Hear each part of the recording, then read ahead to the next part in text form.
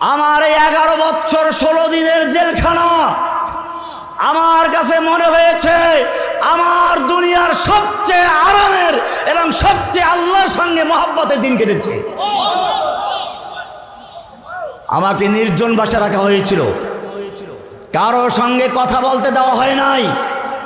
প্রথম 3 বছর সম্পূর্ণভাবে 3টা বিল্ডিং খালি করে মাঝখানের বিল্ডিংয়ে রাখা হয়েছিল, যাতে কথা বলা দূরের কথা কোনো মানুষের চেহারাও দেখতে না পাই।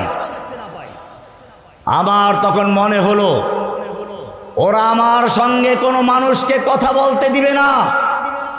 ইমামে আহমদ ইবনে হাম্বল রাহমাতুল্লাহ আলাইহি জেল থেকে বলেছিলেন, আল কোরআনু কালামুল্লাহি গায়রু মাখলুকিন। এই কথা মনে পড়ার সঙ্গে সঙ্গে আমি বুঝলাম, ও আমি তো কথা বলার লোক পেয়ে গেছি, দুনিয়ার মানুষের সঙ্গে নয়, আল্লাহর কালাম পড়লে সরাসরি আল্লাহর সঙ্গে কথা বলা হয়। আমি আল্লাহর কোরআন পড়তে শুরু করেছি। যারা জেলখানায় ছিল তারা জানে, যেহেতু একা 3 বিল্ডিং খালি আমার জন্য, জোরে জোরে কোরআন পড়তাম, দূরের থেকে শোনা যেত, অনেক আনন্দ পেতাম। আমার কাছে মনে হচ্ছে এখন ইব্রাহিম আলাইহিস সালামের জন্য যেরকম ভাবে জেল আগুনকে গুলবাগিচা করে দেওয়া হয়েছিল, যারা বর্তমানেও কারাগারে যায় আল্লাহ রাব্বুল আলামিনকে সত্যিকার অর্থে ভালোবাসে, কারাগারগুলো তাদের জন্য বর্তমানেও জান্নাতের বাগিচা হয়ে যায়। ঐতিহাসিক ব্রাহ্মণবাড়িয়ার পৌর মুক্ত মঞ্চ প্রাঙ্গণে আলে খোয়া ফাউন্ডেশন কর্তৃক আয়োজিত অধ্যকার এই মহাসমাবেশের সম্মানিত সভাপতি,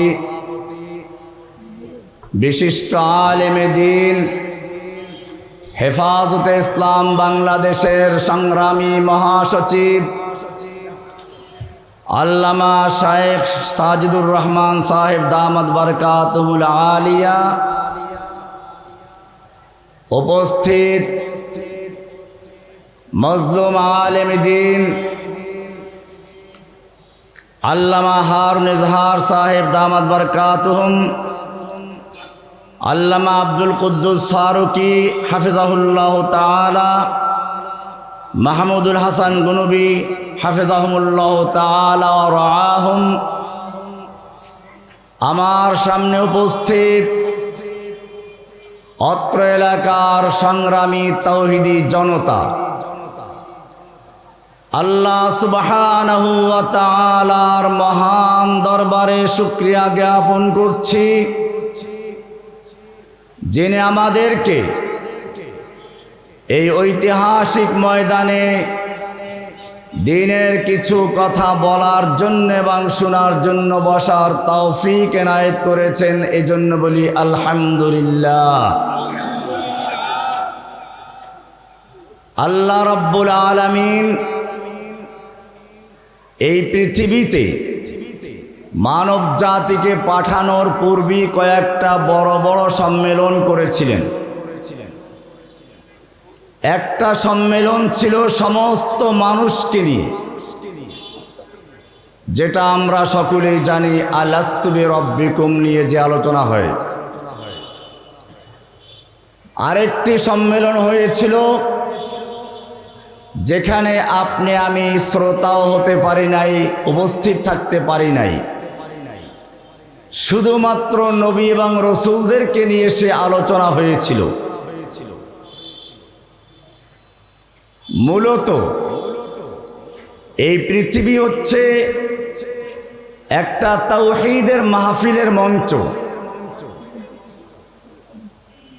এই মাহফিলে যারা বক্তা হবেন সেই বক্তাদেরকে নিয়ে আল্লাহ রাব্বুল আলামিন একটা স্পেশাল মাহফিল করেছিলেন।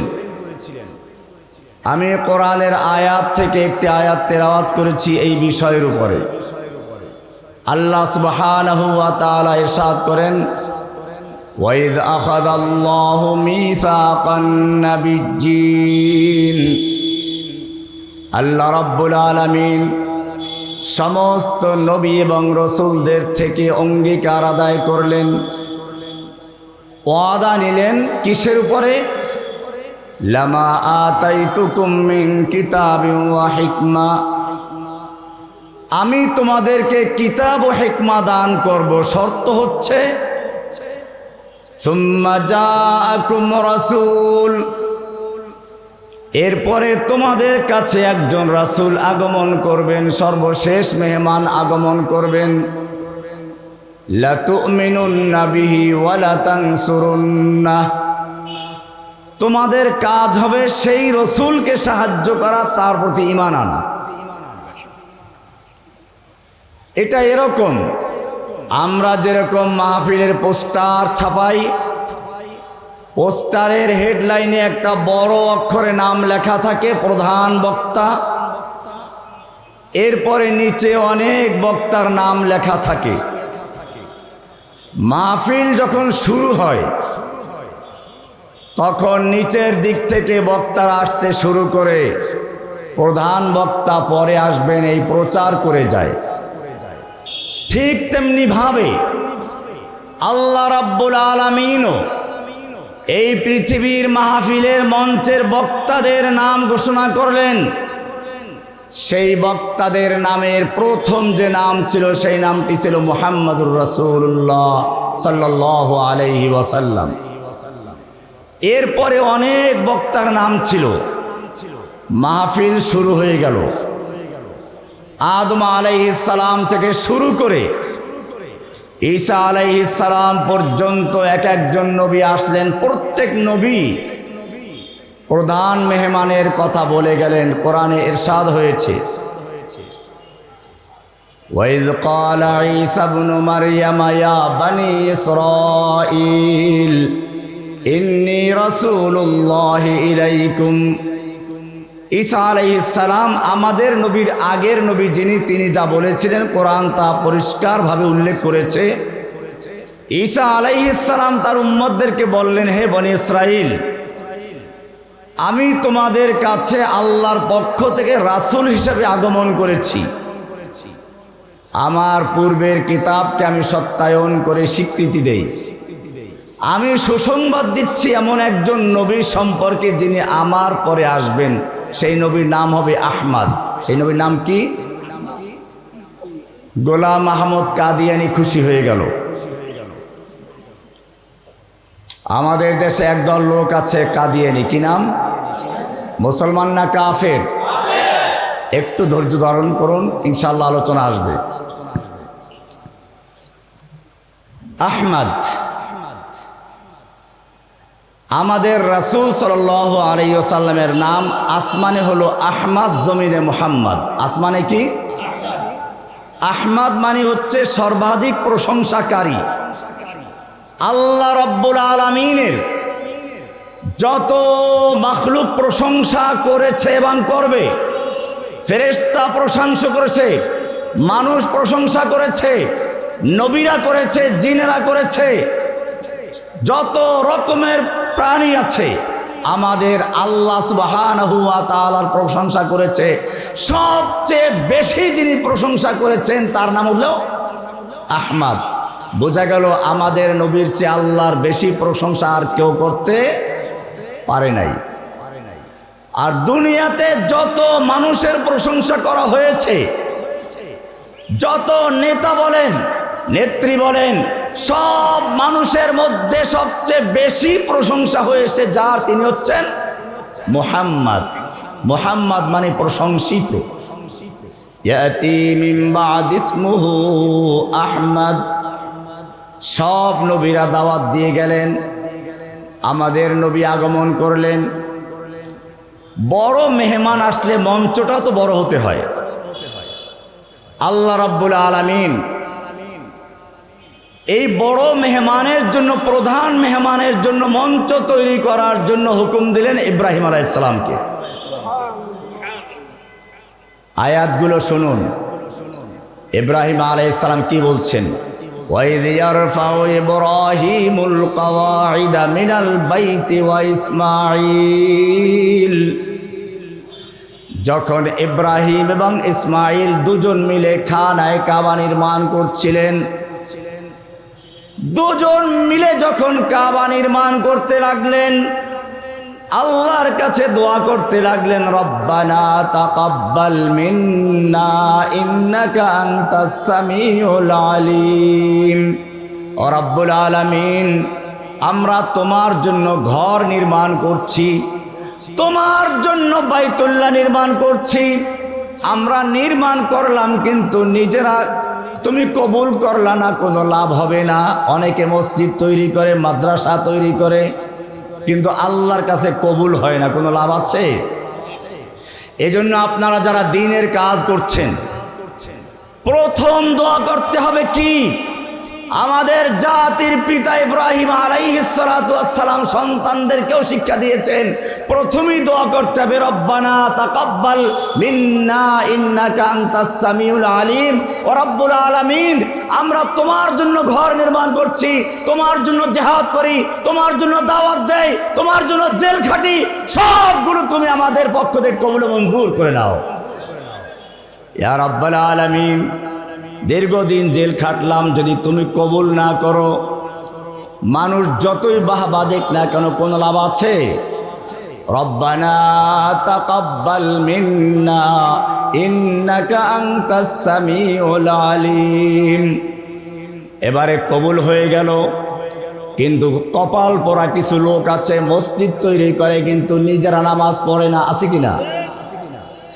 ইব্রাহিম আলাইহিস সালাতু ওয়াস সালাম শিক্ষা দিলেন, রব্বানা ওয়াজআলনা মুসলিমাইন লাকা ওয়া মিন যুররিয়্যাতিনা উম্মাতাম মুসলিমাতাল লাক।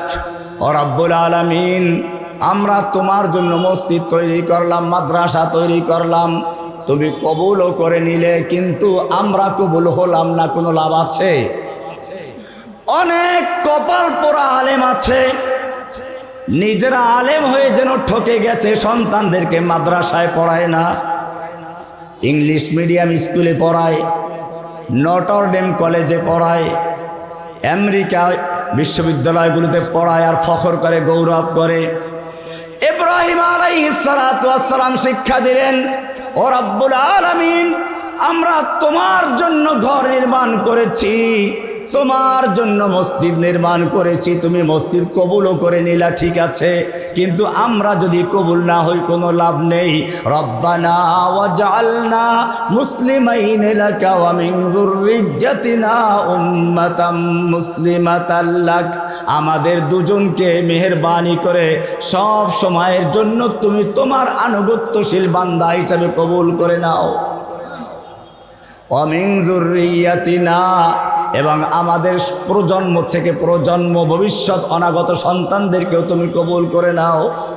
2 নম্বর দোয়া শেষ। এইবারে 3 নম্বর দোয়া হচ্ছে আসল দোয়া। রব্বুল আলামিন, মসজিদ তৈরি করলাম, মাদ্রাসা তৈরি করলাম, কিন্তু মাদ্রাসার শিক্ষক নাই, ভালো টিচার নাই, মসজিদের ইমাম নাই, কোনো লাভ আছে? এবারে 3 নম্বর দোয়া করলেন, রব্বানা ওয়াবআস ফীহিম রাসূলাম মিনহুম ইয়াতলু আলাইহিম আয়াতিক।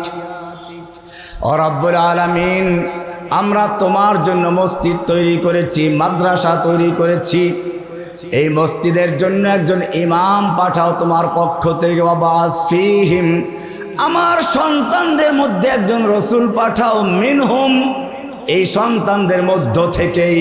সন্তানদের, আমাদের সমাজে অনেক লোক আছে যারা আশিকে রাসূল দাবি করে, আছেন এরকম? নিজেদেরকে সুন্নি দাবি করে, রাসূলের এত আশিক, রবিউল আউয়াল মাস এলে পরে মিষ্টির দোকান সব খালি করে ফেলে, ঠিক কিনা? কিন্তু যখন আল্লাহকে এবং রাসূলকে নিয়ে কটূক্তি করা হয়, আল্লাহ এবং রাসূলকে নিয়ে অবমাননা করা হয়, এই সুন্নিদের তখন খুঁজে পাওয়া যায় না। তখন ময়দানে এসে বুকের তাজা রক্ত ঢেলে দেয় ওই মাদ্রাসার ছাত্ররা আর স্কুল কলেজের সেই যুবকেরা, যারা কোনোদিন নিজেকে আশিক রাসূল দাবি করে নাই, কাজে পরিণত করে দেখাইয়ে দেয়। এক লোক স্বপ্নে দেখলো মনে মনে ভাবছিল যে সাহাবীদের যুগে যদি আমি হতাম তাহলে আমিও ওরকম সাহাবীদের মতো কাজ করে দেখাতাম। রাতের বেলায় স্বপ্নে দেখে আল্লাহর রাসূল একটা গাড়িতে আসছেন, খুব দ্রুতগামী গাড়ি, সামনে রাস্তাটা ভাঙ্গা, গাড়ির যে গতি, গাড়ি উল্টে রাসূল সাল্লাল্লাহু আলাইহি সাল্লাম শেষ হয়ে যাবে। এই লোক তখন আল্লাহর রসুলকে যেহেতু ভালোবাসে, রাসূলকে বাঁচাবার জন্য পাগল হয়ে গেল, কলা গাছ তালাশ করতে লাগলো। গাড়ি একেবারে দ্রুত এসে কাছে চলে আসছে, হঠাৎ দেখলো দুইজন সাহাবী এসে শুয়ে পড়েছে, গাড়ি তাদের উপর দিয়ে চলে গেছে, লোক দুটো মরে গেছে, আল্লাহর রাসূল অক্ষত রয়েছেন। লোকটার ঘুম ভেঙে গেল, বুঝতে পারলো আমিও আল্লাহর রাসূলকে ভালোবাসি আর ওই সাহাবায়ে কেরামরাও ভালোবাসেন। পার্থক্য হচ্ছে এই, আমি ভালোবাসি নিজেকে বাঁচিয়ে কলা গাছ তালাশ করে, আর সাহাবীরা ভালোবাসে নিজের জীবন দিয়ে। এই যুগেও তার প্রমাণ আছে। আমাদের সুন্নি ভাইদেরকে বলি, তোমরা আশেকে রাসূল দাবি করো, নিশ্চয়ই তোমাদের মধ্যে ভালোবাসা আছে, আমরা অস্বীকার করি না। রাসূলকে অবশ্যই তোমরা ভালোবাসো, কিন্তু জেনে রাখো তোমরা যাদেরকে ওয়াহাবি বলো, তোমরা যাদেরকে গুস্তাখে রাসূল বলো, সেই যুবকেরা যখন দেখলো 13 সালে, শুধু 13 সালেই নয়, এই দেশের মুসলমানদের ঈমান আকীদা নষ্ট করার জন্য, ঈমান আকীদা ধ্বংস করার জন্য একদিকে কাফের মুশরিক ইহুদি খ্রিস্টানরা মুসলমানদেরকে বোমা হামলা করে ধ্বংস করছে, ফিলিস্তিনি মুসলমানদেরকে যুগ যুগ ধরে হত্যা করা হচ্ছে, কাশ্মীরি মুসলিমদেরকে পাখির মতো গুলি করে হত্যা করা হচ্ছে, আরাকানি মুসলিমদেরকে বের করে দেওয়া হয়েছে, উইগর মুসলিমদেরকে উন্মুক্ত কারাগারে বন্দী করা হয়েছে। বাংলাদেশের তাওহীদি জনতার ভিতর থেকে ঈমানকে ধ্বংস করার জন্য সর্বপ্রথম ছায়ানট, উদীচী, এরকম অসংখ্য অপসংস্কৃতির মাধ্যমে বাংলাদেশের ইসলামী তাহজিব তামাদ্দুনকে ধ্বংস করার চক্রান্ত করা হয়েছিল। কিন্তু তাতেও যখন কাজ হলো না, এরপরে দেশের বড় বড় ওলামায়ে কেরামদেরকে গ্রেফতার করা শুরু করা হলো। আল্লামা আজিজুল হক সাহেবকে গ্রেফতার করা হয়েছিল। এই ব্রাহ্মণবাড়িয়ার সিংহপুরুষ, আমার লালবাগ মাদ্রাসার উস্তাদ, আমি লালবাগের ছাত্র, আমি শাইখুল হাদিসের ছাত্র, আমিনী সাহেবের ছাত্র, হাফিজ জিহুজুর রহমাতুল্লাহ আলাইহির ছাত্র, আমি জামিয়া রহমানিয়ার ছাত্র, দেওবন্দের ছাত্র। আমাকে নিয়ে অনেকের অনেক প্রশ্ন আছে, একটু উদার মনা, আমি এটা পরিষ্কার বলে দেই। আমি দেখেছি ইসলামের দুশ্মনেরা মুসলিমদেরকে হত্যা করার ক্ষেত্রে তারা দেখে না কোন দল করে, তারা দেখে মুসলমান কিনা। ভারতে যখন আমি পড়াশোনা করেছি তখনও স্লোগান ছিল, হিন্দু হিন্দি হিন্দুস্তান, জবন ভেজো পাকিস্তান, गो हमारी माता है तुम उसको खाता है, तुमको चाहिए कब्रिस्तान या भेजेंगे पाकिस्तान। এই স্লোগান দিয়ে হিন্দুরা মুসলমানদেরকে হত্যা করতে লাগলো। কে সুন্নি, কে ওয়াহাবি, কে বেদাতি তা তারা দেখছে না, তারা দেখছে যে মুসলমান কিনা। মারনেওয়ালা দেখতা নেই, মরনেওয়ালা কোন হয়। সেই ভারত থেকেই আমার একটা চেতনা তৈরি হয়েছিল যে মুসলিমদের মধ্যে যে সকল গ্রুপগুলো মোটামুটি আকীদা সহি, তাদেরকে পক্ষে রেখে কাজ করা। সে কারণে আমি স্পষ্ট বলি, হানাফি, শাফি, হাম্বলি, মালিকি এই মাযহাব যারা অনুসরণ করে, আমি তাদেরকে যেমন আহলুস সুন্নাহ ওয়াল জামার অন্তর্ভুক্ত মনে করি, ঠিক তেমনি ভাবে যারা সালাফি মানহাজকে অনুসরণ করেন তাদেরকেও আমি আহলুস সুন্নাহর অন্তর্ভুক্ত মনে করি। তবে মনে রাখবেন, বাংলাদেশের কোনো আহলুল হাদিস সংগঠনের সঙ্গে আমার কোনো সম্পর্ক ছিল না, এখনো নাই। বরং আমার বক্তব্য শুনুন, আমি মনে করি, ভালো করে শুনুন, মাযহাবীদের মধ্যে সুন্নি বিদআতীদের যে অবস্থান, সালাফিদের মধ্যে বাংলাদেশের আহলে হাদিসদের সেই অবস্থান। এদেরকে দিয়ে প্রকৃত সালাফিদেরকে মাপা যায় না।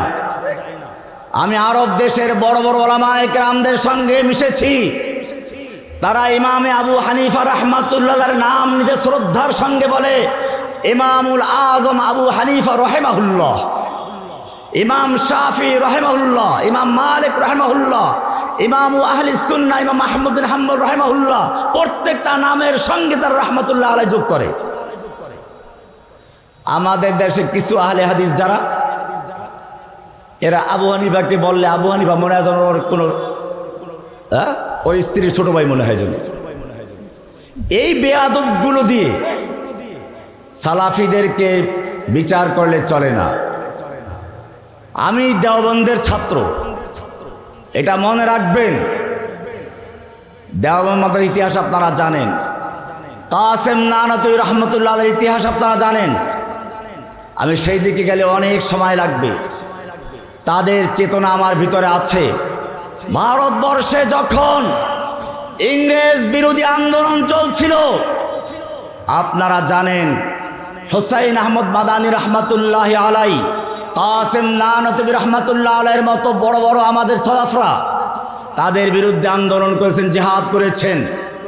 এক সময় দিল্লির শাহী মসজিদের সামনে মাদানী রহমতুল্লাহ আলাইহির সমাবেশ ছিল।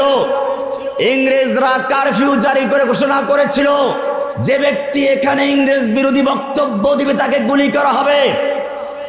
হুসাইন আহমদ মাদানী রহমতুল্লাহ আলাইহি সে ময়দানে হাজির হলেন।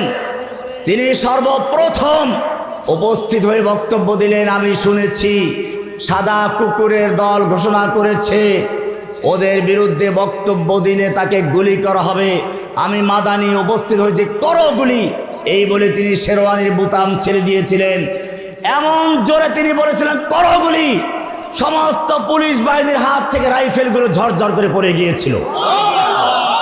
দীর্ঘ 2 ঘন্টা পর্যন্ত বক্তব্য দিয়েছিলেন। শুরুটা ছিল কেমন জানেন? সাগামিরো গরবাজিরো মোশেরা দেওয়া কোনান্দ ইচনি আরকানে দৌলত মুলকে রাভেরা কোনান্দ। সাগ আমির, সাগ মানে কুকুর, সাগ মানে কি? সাগ আমির। কুকুর হলো বাদশাহ, প্রধানমন্ত্রী। কুকুর হলো প্রধানমন্ত্রী।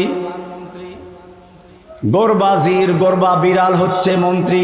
বিড়াল কি? বিড়াল হলো মন্ত্রী। মোশেরা দেওয়া কুনান্দ, ইঁদুর হলো এমপি।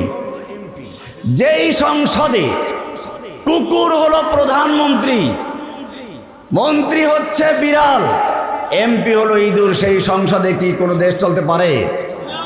আমাদের দেশে অবস্থা সেরকমই হয়েছিল।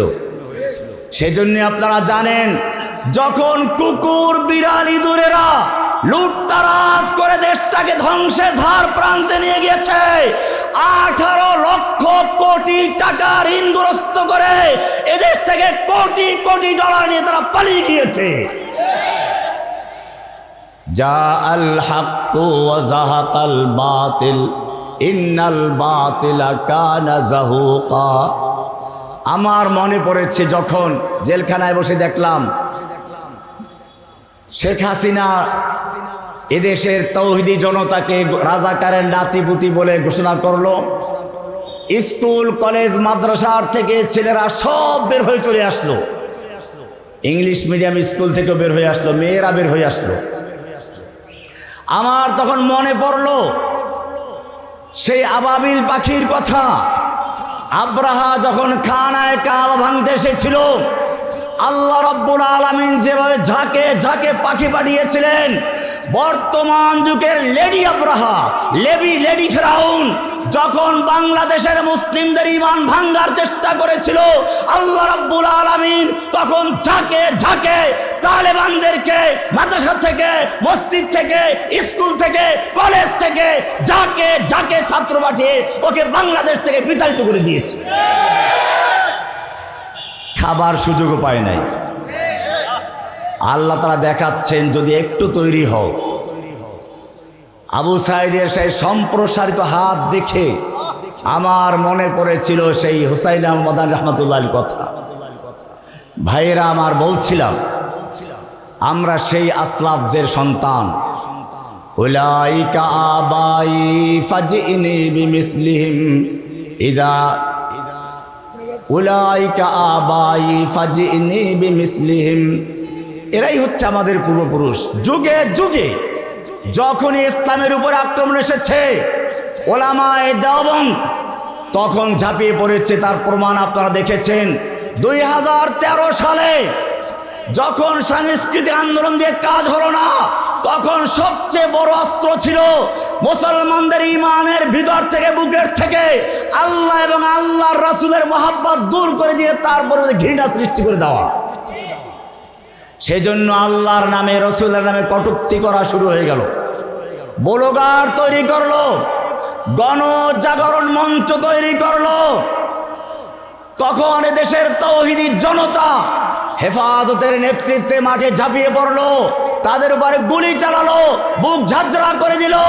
মুসলমানকে মনে রাখতে হবে, আমি তখন বলেছিলাম যদি এইভাবে আন্দোলন করা হয় তাহলে কাজ হবে না, সোজা আঙ্গুলে ঘি উঠবে না। একটা ঔষধ এখানে আছে, ক্যান্সার হয়ে গেলে মলম দিলে চলবে?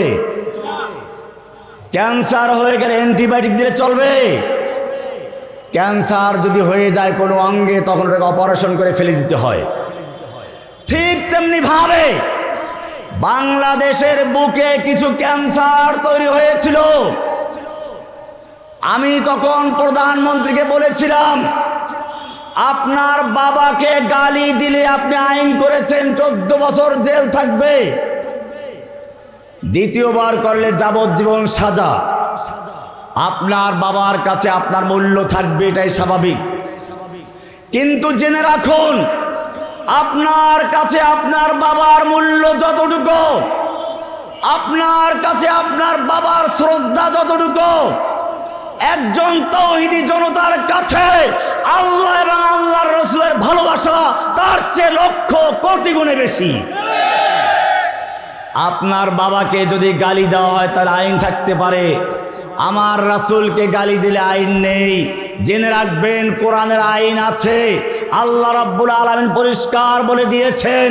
আজকে ব্রাহ্মণবাড়িয়ার সেই তাওহীদি জনতাকে জানিয়ে দিতে চাই, আজকে যারা আপত্তি করে শুনে রাখুন, কোরআনে স্পষ্ট বলেছে লাইল্লাম ইয়ানতাহিল মুনাফিকুনা ওয়াল্লাযীনা ফী কুলুবিহিম মারাদ ওয়াল মুরজিফুনা ফিল মাদিনা। আল্লাহ তাআলা বলছেন লাইল্লাম ইয়ানতাহিল মুনাফিকুন, যদি মুনাফিকুনরা বিরত না থাকে। কারা? মুনাফিকরা। ওয়াল্লাযীনা ফী কুলুবিহিম মারাদ, এবং যাদের অন্তরে রোগ আছে। রোগ, এটা কিসের রোগ? নিফাকের রোগ তো আগে আলোচনা করা হয়েছে, এটা আবার কোন রোগ? এটা কোরআনে আরেক আয়াতে বলা আছে, কাদ বাদাতিল বাগওয়াউ মিন আফওয়াহিহিম ওয়া মা তুখফিস সুদূর আকবার।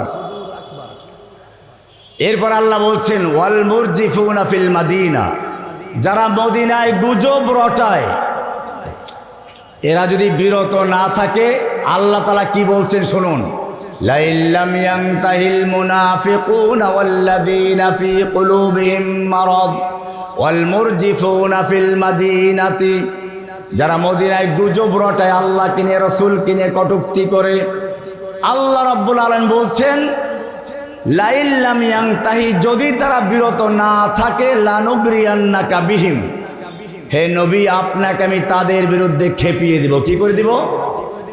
উত্তেজিত করে দিব, খেপিয়ে দিব। কে বলছেন? সুম্মা লা ইউজাবিরুনাকা ফিহা ইল্লা কালিলা, এরপরে তারা আর এই মদিনা শহরে বেশি দিন থাকতে পারবে না। বলবো শুনুন, কোরআনের একটা উসলুব আছে। কোরআনে বলা আছে অন্যান্য হুদুদ সম্পর্কে, আয-যানিয়াতু ওয়াজ-যানি ফাজলিদু, জিনাকারী আর জিনাকারী পুরুষ হোক নারী হোক তাদেরকে ফাজলিদু কুল্লা ওয়াহিদিন মিয়াতুন জালদা। এখানে ফাজলিদু মারুফ আছে। আস-সারিকু ওয়াস-সারিকাতু ফাকতাউ আইদিয়াহুমা মারুফের থেকে ব্যবহার করা হয়েছে। কিন্তু আপনি যদি দেখেন এখানে আল্লাহ এবং তার রাসূলকে যদি গালিগালাজ করা হয়, এখানে মারুফের সিগা আসে না, মাজহুলের সিগা। তার মানে হচ্ছে আইনামা সুকিফু, এদেরকে যেখানে পাওয়া যাবে উখিযু পাকড়াও করা হবে, ওয়াকুতিলু তাকতিলা, এদেরকে কেটে টুকরো টুকরো করা হবে। এজন্য কোনো মুফতির ফতোয়া দরকার নাই, এজন্য কোনো খেলাফতের দরকার নাই। যেখানে পাওয়া যাবে এদেরকে পাওনা চুকিয়ে দেওয়া হবে।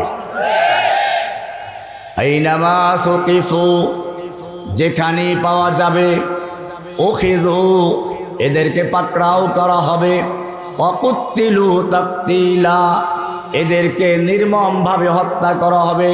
এ পর্যন্ত বয়ান করে শেষ করেন নাই।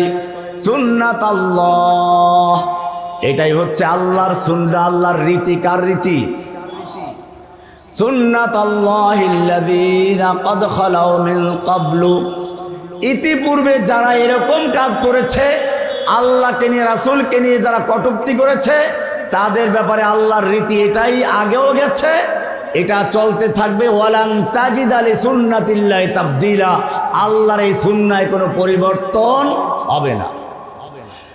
এই আয়াত অনুযায়ী একদল আশিকে রাসূল যারা সত্যিকার আল্লাহকে ভালোবাসে, রাসূলকে ভালোবাসে, যখন এই বাংলার জমিনে রাসূলকে নিয়ে কটূক্তি করা হয়েছিল, নিজের জীবনের মায়া ত্যাগ করে সাতেমে রাসূলদের পাওনা তারা চুকিয়ে দিয়ে আজকে জেলখানায় বন্দী হয়ে আছে। তাদেরকে ফাঁসির রায় শোনানো হয়েছে। আমিও সেই এক মামলায় সাজা ভোগ করে বের হয়েছি। বলগার রাজীব হায়দার ছাবা বাবা নামে সে আল্লাহর রাসূলকে গালিগালাজ করত। সেই মামলায় আমাকে সাজা দেওয়া হয়েছিল। ভাইয়েরা আমার, আমি আলোচনা করছিলাম আজকে আশিকে রাসূল সম্মেলন হয়, ভালো করে করুন, আপত্তি নেই। রাসূলের আশিক দাবি করছেন, ভালো কথা।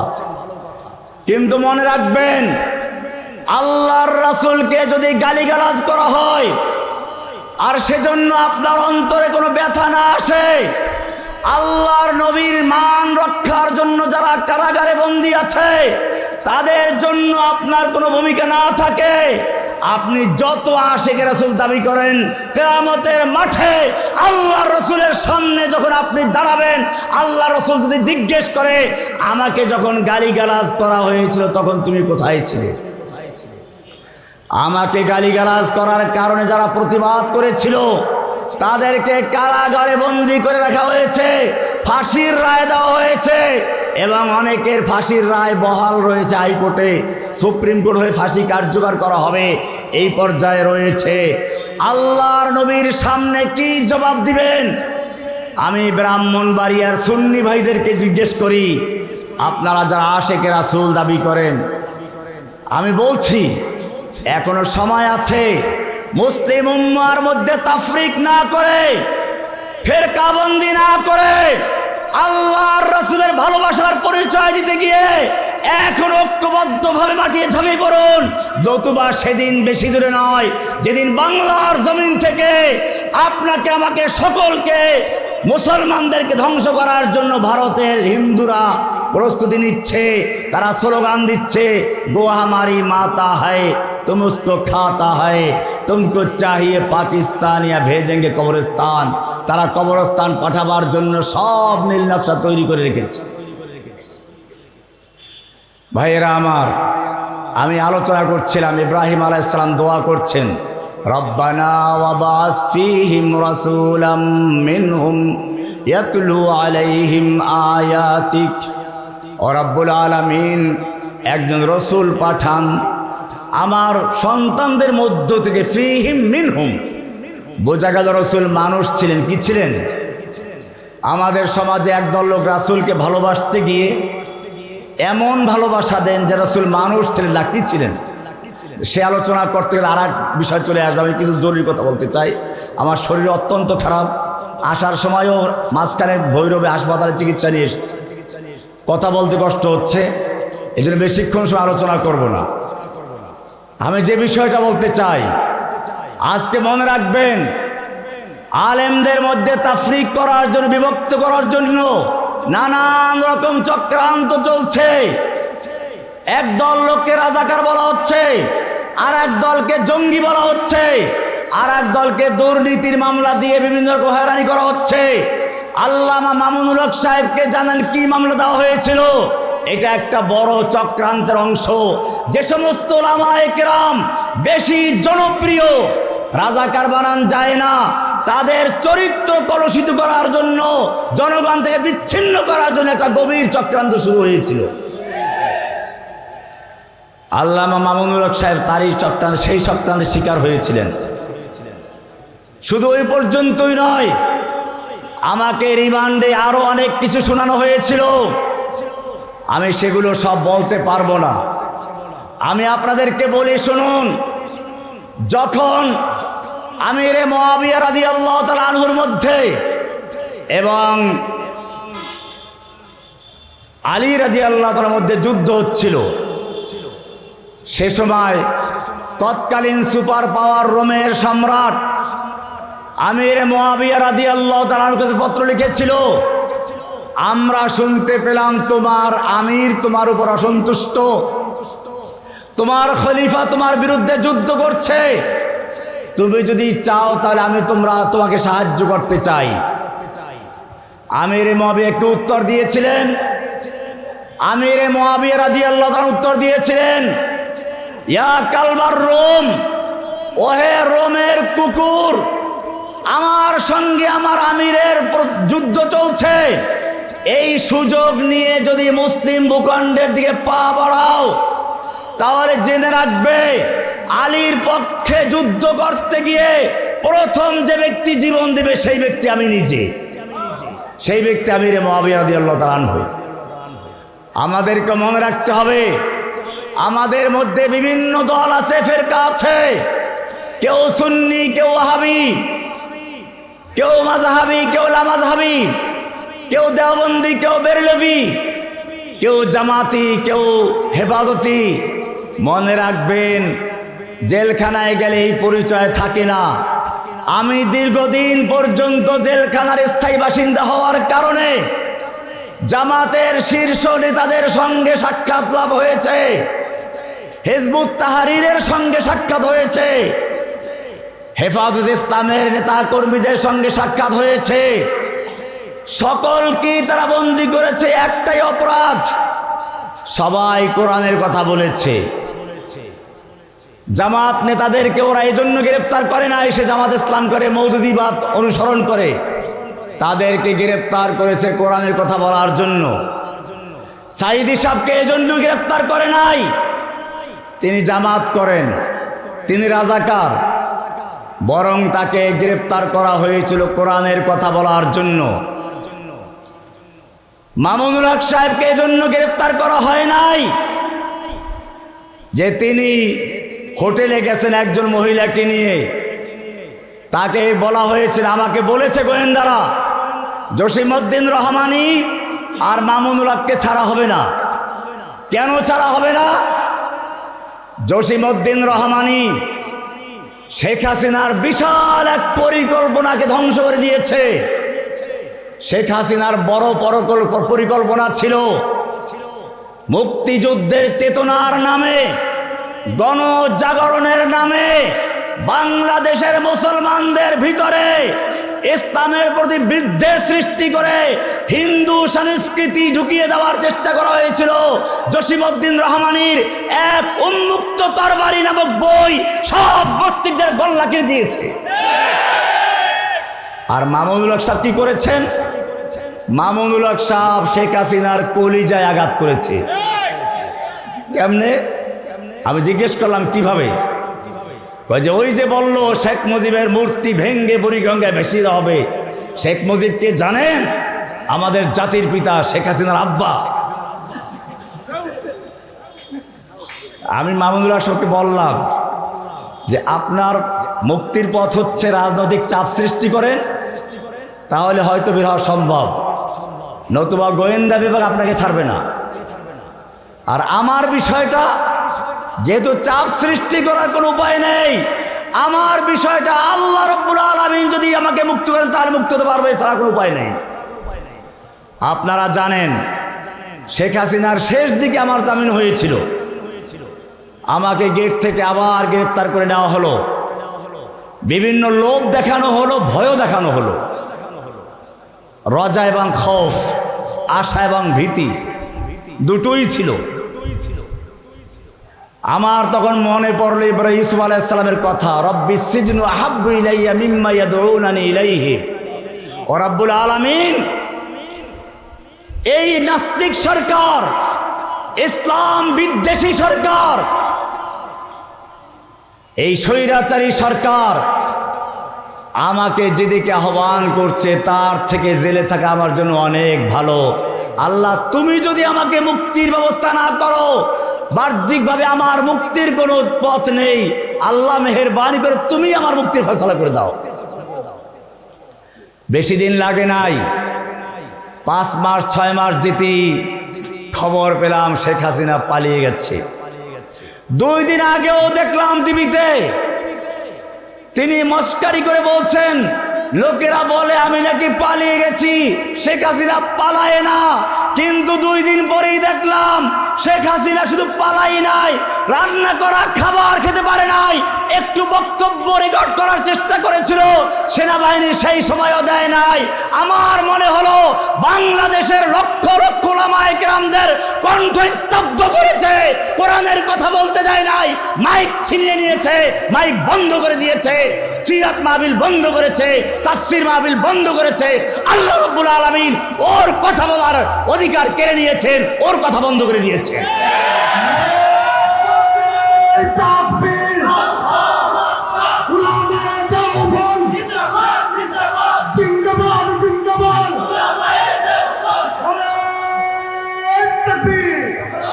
সুতরাং মনে রাখতে হবে যে আল্লাহ রাব্বুল আলামিন ইব্রাহিমের জন্য আগুনকে গুলবাগিচা করে দিয়েছিলেন, সে আল্লাহ এখনো জীবিত আছেন। আমার এই 11 বছর 16 দিনের জেলখানা আমার কাছে মনে হয়েছে আমার দুনিয়ার সবচেয়ে আরামের এবং সবচেয়ে আল্লাহর সঙ্গে মহব্বতের দিন কেটেছে। আমাকে নির্জন বাসায় রাখা হয়েছিল, কারো সঙ্গে কথা বলতে দেওয়া হয় নাই। প্রথম 3 বছর সম্পূর্ণভাবে 3টা বিল্ডিং খালি করে মাঝখানের বিল্ডিংয়ে রাখা হয়েছিল, যাতে কথা বলা দূরের কথা কোনো মানুষের চেহারাও দেখতে না পাই। আমার তখন মনে হলো ওরা আমার সঙ্গে কোনো মানুষকে কথা বলতে দিবে না। ইমামে আহমদ ইবনে হাম্বল রাহমাতুল্লাহ আলাইহি জেল থেকে বলেছিলেন, আল কোরআনু কালামুল্লাহি গায়রু মাখলুকিন। এই কথা মনে পড়ার সঙ্গে সঙ্গে আমি বুঝলাম, ও আমি তো কথা বলার লোক পেয়ে গেছি, দুনিয়ার মানুষের সঙ্গে নয়, আল্লাহর কালাম পড়লে সরাসরি আল্লাহর সঙ্গে কথা বলা হয়। আমি আল্লাহর কোরআন পড়তে শুরু করেছি। যারা জেলখানায় ছিল তারা জানে, যেহেতু একা 3 বিল্ডিং খালি আমার জন্য, জোরে জোরে কোরআন পড়তাম, দূরের থেকে শোনা যেত, অনেক আনন্দ পেতাম। আমার কাছে মনে হচ্ছে এখন ইব্রাহিম আলাইহিস সালামের জন্য যেরকম ভাবে জেল আগুনকে গুলবাগিচা করে দেওয়া হয়েছিল, যারা বর্তমানেও কারাগারে যায়, আল্লাহ রাব্বুল আলামিনকে সত্যিকার অর্থে ভালোবাসে, কারাগারগুলো তাদের জন্য বর্তমানেও জান্নাতের বাগিচা হয়ে যায়। এই জন্য তাদের কোনো আফসোস থাকে না। আফসোস করে কারা? আপনারা দেখেছেন শাতেমে রাসূল, আল্লাহর নবীর দুশমনদেরকে যারা হত্যা করেছে, আদালত যখন তাদের ফাঁসির রায় দিল, তারা কি বেজার ছিল না খুশি ছিল? হাসি মুখে তারা কোর্ট প্রাঙ্গণ ত্যাগ করেছে। এখনো জেলখানা তারা হাসি খুশি আছে, তারা কান্নাকাটি করে না। কান্নাকাটি করে আল্লাহর কাছে। কার কাছে? আল্লাহর কাছে ভোর রাতে কান্নাকাটি করে। এই জন্য মনে রাখবেন, ব্রাহ্মণবাড়িয়ার যুবকদেরকে বলি, আপনাদের এলাকায় অনেক, এই যে শেষ সময় আমি জেলখানা বসে দেখেছি, যখন সেই গুজরাটের কসাই নরেন্দ্র মোদীকে বাংলাদেশে আহ্বান করা হলো, সারা বাংলাদেশের ওলামায়ে কেরাম তলাবায়ে ইলম ফুঁসে উঠল। এই শহীদ বাড়িয়া ব্রাহ্মণবাড়িয়ার যুবকেরা বুলেটের সামনে তাজা রক্ত ঢেলে দিয়েছিল। আমি জেলখানায় বসে সেদিনই তাদের মহব্বতে, তাদের প্রেমে পড়ে গিয়েছিলাম। আজকের এখানে আসা সেই ভালোবাসারই একটা নমুনা মাত্র। আপনাদেরকে আমি বলতে চাই, আপনারা মরতে শিখেছেন, জীবন দিতে শিখেছেন। এই ব্রাহ্মণবাড়িয়া জামে ইউনুসিয়ার এলাকা, এখানে বড় বড় ওলামায়ে কেরামদের আত্মত্যাগ আছে, কোরবানি আছে, তালেবে ইলমদের রক্ত ঝরেছে। মনে রাখবেন, আল্লাহর দ্বীনের কাজ করার জন্য আল্লাহ তাআলা যোগ্যতা দেখেন না, ঈমান দেখেন। ওয়ালা তাহিনু ওয়ালা তাহজানু ওয়া আনতুমুল আ'লাউনা ইন কুনতুম মুমিনিন। তোমাদের কোনো ভয় নেই, তোমাদের কোনো চিন্তা নেই, তোমরা এবার বিজয়ী। ইন কুনতুম মুমিনিন শর্ত হচ্ছে কি হতে হবে? একটাই শর্ত, ঈমান থাকতে হবে। ঈমানটা কিরকম মনে রাখবেন। তাওহীদের কথা, আজকের এই সংগঠনটা তাওহীদের সংগঠন। তাওহীদ কি জিনিস? কোরআনের একটা আয়াতে তাওহীদে উলুহিয়াত, রুবুবিয়াত, আসমা ও সিফাত সব একত্র করা হয়েছে। আমি এখন ওই আলোচনা করতে গেলে অনেক সময় লাগবে, আমি সেদিকে যাচ্ছি না। ভাইরা আমার, পরিস্থিতি খুবই নাজুক, খুবই নাজুক। আমাদেরকে অনেক রকমের চেষ্টা করা হয়েছে, লোভ লালসা দেখানো হয়েছে, ভয় দেখানো হয়েছে, দুইবার ক্রস ফায়ার দেওয়ার জন্য নেওয়া হয়েছে। কিন্তু আপনাদেরকে আমি অনুভূতিটা বলি, যখন ক্রস ফায়ার দিতে নিয়ে যায়, আমি বুঝতেছি যে আমাকে এখন শেষ করে দিবে। যাওয়ার সময় আমি একটা মুহূর্ত নষ্ট করতে চাই না, ওদের কোনো কথার উত্তর দেই নাই। আমাকে যখন দাঁড় করানো হলো দূরে কোথাও নিয়ে, তখন মনে হচ্ছিল এখনো কেন গুলি করছে না। বিমান যেমন ওঠার আগে যেমন হালকা হয়ে যায়, পাখি যেমন উড়াল দেওয়ার আগে একেবারে হালকা হয়ে যায়, আমার কাছে মনে হচ্ছিল এই তো মাত্র আমি উড়াল দিয়ে আল্লাহর কাছে চলে যাব। আমার সবচেয়ে প্রিয়, আমার সবচেয়ে আপন, আমি যার জন্য চেষ্টা করি, যার জন্য কোরআন পড়ি, যার জন্য তিলাওয়াত করি, আমি সেই মহান রবের কাছে চলে যাব। এখন আর দেরি সহ্য হচ্ছে না, কেন গুলি করছে না? কিন্তু যখন আমাকে ফিরিয়ে আনা হলো, আমি ওদেরকে বললাম, আমাকে কোত্থেকে ফিরিয়ে নিয়ে আসলা? আমাকে জান্নাতের দরজার থেকে তোমরা ফিরিয়ে নিয়ে এসেছো। এই জন্য মনে রাখবেন, ইবতিলা আসবে, পরীক্ষা আসবে। কোরআনে আল্লাহ বলেছেন, ওয়াইদ ইবতালা ইব্রাহিম রাব্বুহু বিকালিমাতিন ফাতাম্মাহুন্না। ইব্রাহিমকে আল্লাহ তাআলা পরীক্ষা করেছেন, তিনি পরীক্ষাগুলো পূর্ণতায় পাশ করেছেন। পরীক্ষায় পাশ করার পরে কি বলেছেন?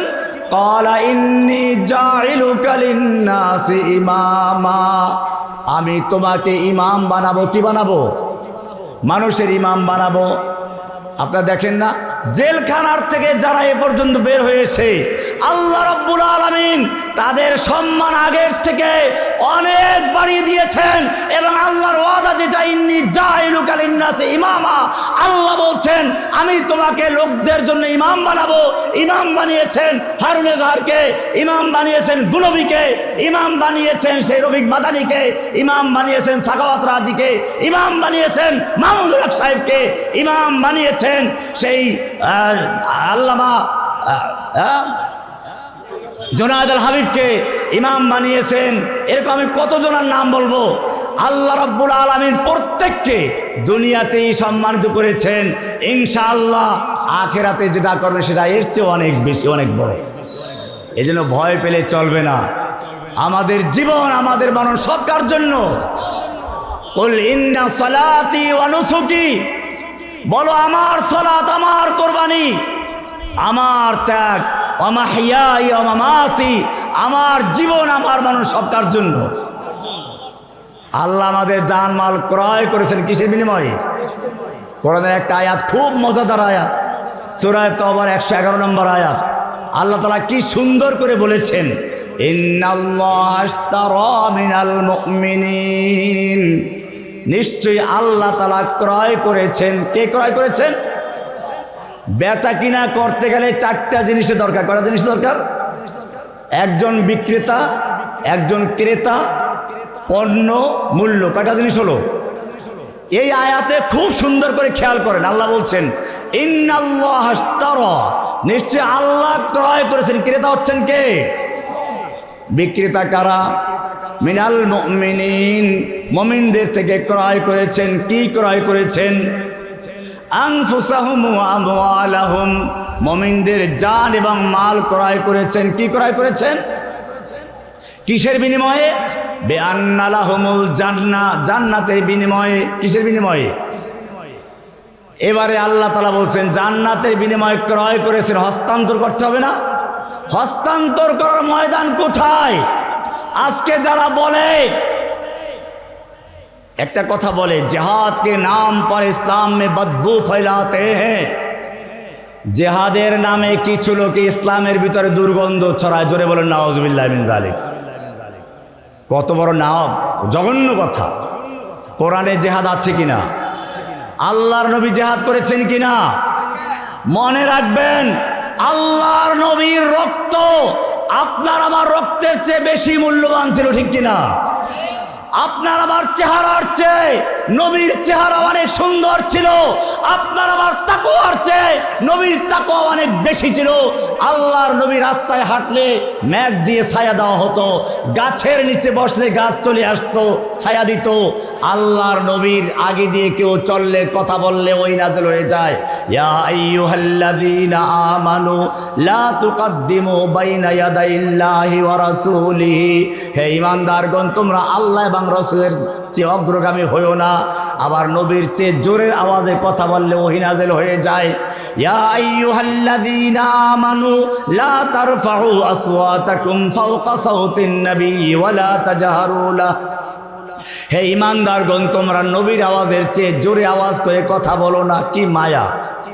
শুধু এ পর্যন্তই না, আল্লাহর নবী যখন রাত জেগে তাহাজ্জুদ আদায় করছেন, পা ফুলে যাচ্ছে, আল্লাহ তাআলা মায়াবী কণ্ঠে ডাক দিচ্ছেন, ইয়া আইয়ুহাল মুযাম্মিল কুমিল লাইলা ইল্লা কালিলা নিসফাহু আও ইনকুস মিনহু কালিলা, হে নবী আপনি একটু রাত্রে ঘুমান, অর্ধেক বা তার চেয়ে বেশি বা তার চেয়ে কম।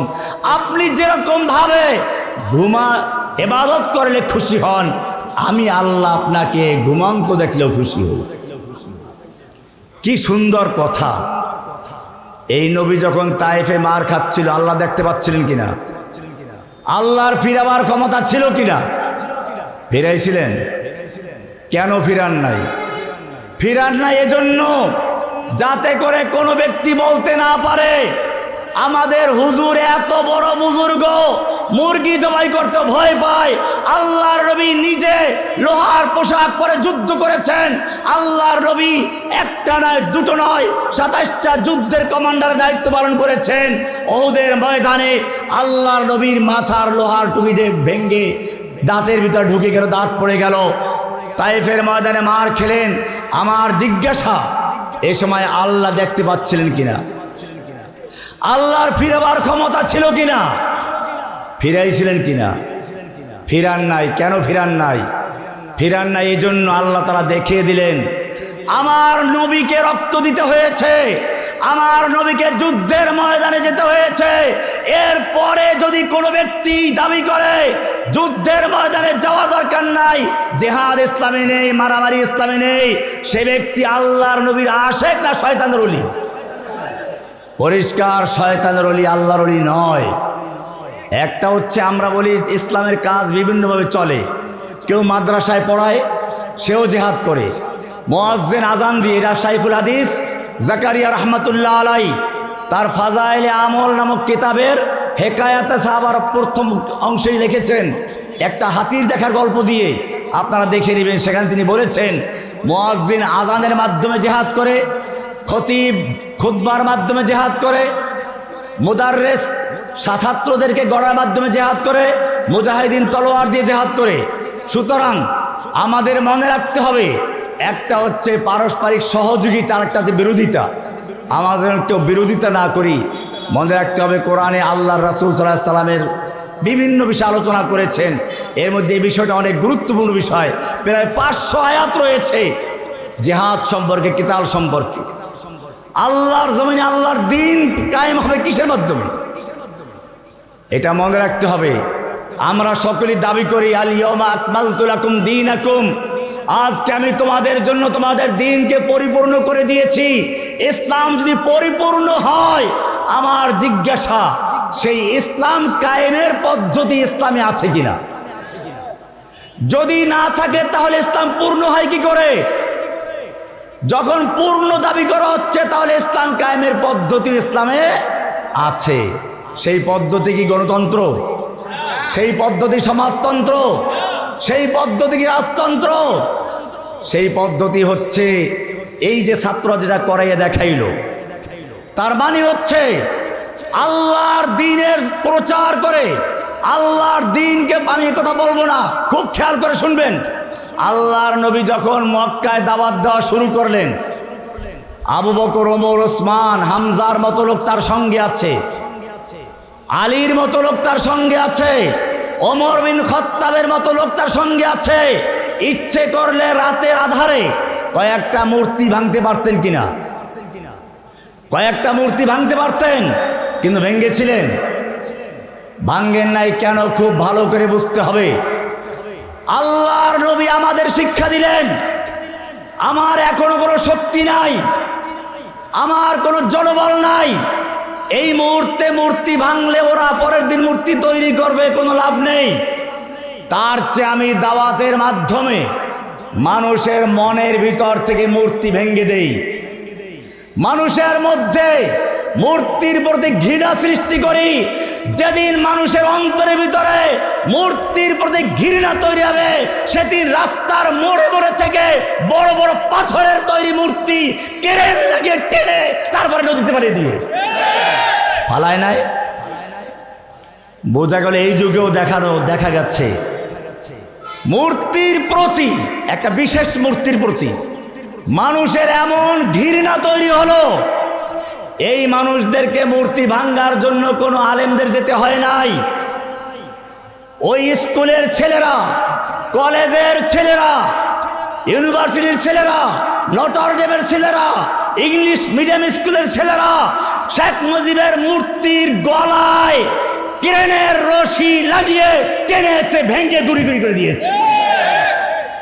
আমাদেরও মনে রাখতে হবে, এই সমাজে আমরা 2-4টা মুড়ি ভাঙবো না। আমরা এই দেশের ভিতরে প্রত্যেকটা মানুষের অন্তরে তাওহীদের বাতি জ্বালিয়ে তাদের ভিতরে মূর্তির প্রতি এমন ঘৃণা তৈরি করব যে প্রত্যেকটা মানুষ এই মূর্তিগুলো তারা নিজেরাই ভাঙতে তৈরি হয়ে যাবে।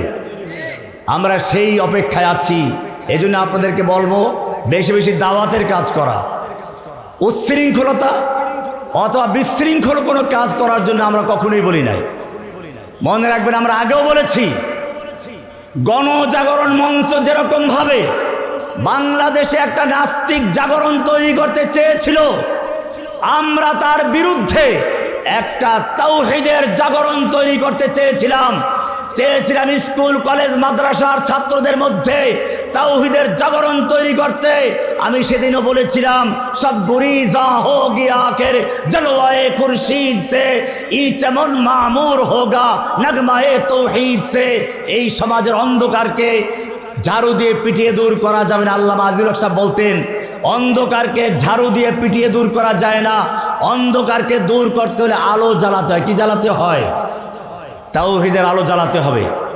আল্লাহর নবী সাল্লাল্লাহু আলাইহি ওয়াসাল্লাম যেরকম ভাবে সাফা পাহাড় থেকে বলেছিলেন, হে মক্কাবাসী, আমি তোমাদেরকে একটা কথা বলবো, লাউ কুলতুম কালিমাতান ওয়াহিদাতান, যদি একটা কথা মেনে নাও, একটা কথা বিশ্বাস করো, তামলিকুনা বিহাল আরব, গোটা আরবের তোমরা মালিক বনে যাবে, ওয়া তাদিনু লাকুমুল আজম, অনারব বিশ্ব তোমাদের দিন গ্রহণ করবে।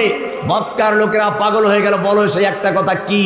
একটা কথা মানলে আমরা গোটা আরবের মালিক বনে যাব। আল্লাহর নবী সাল্লাল্লাহু আলাইহি ওয়াসাল্লাম যখন বললেন, ইয়া আইয়ুহান নাস قولوا لا إله إلا الله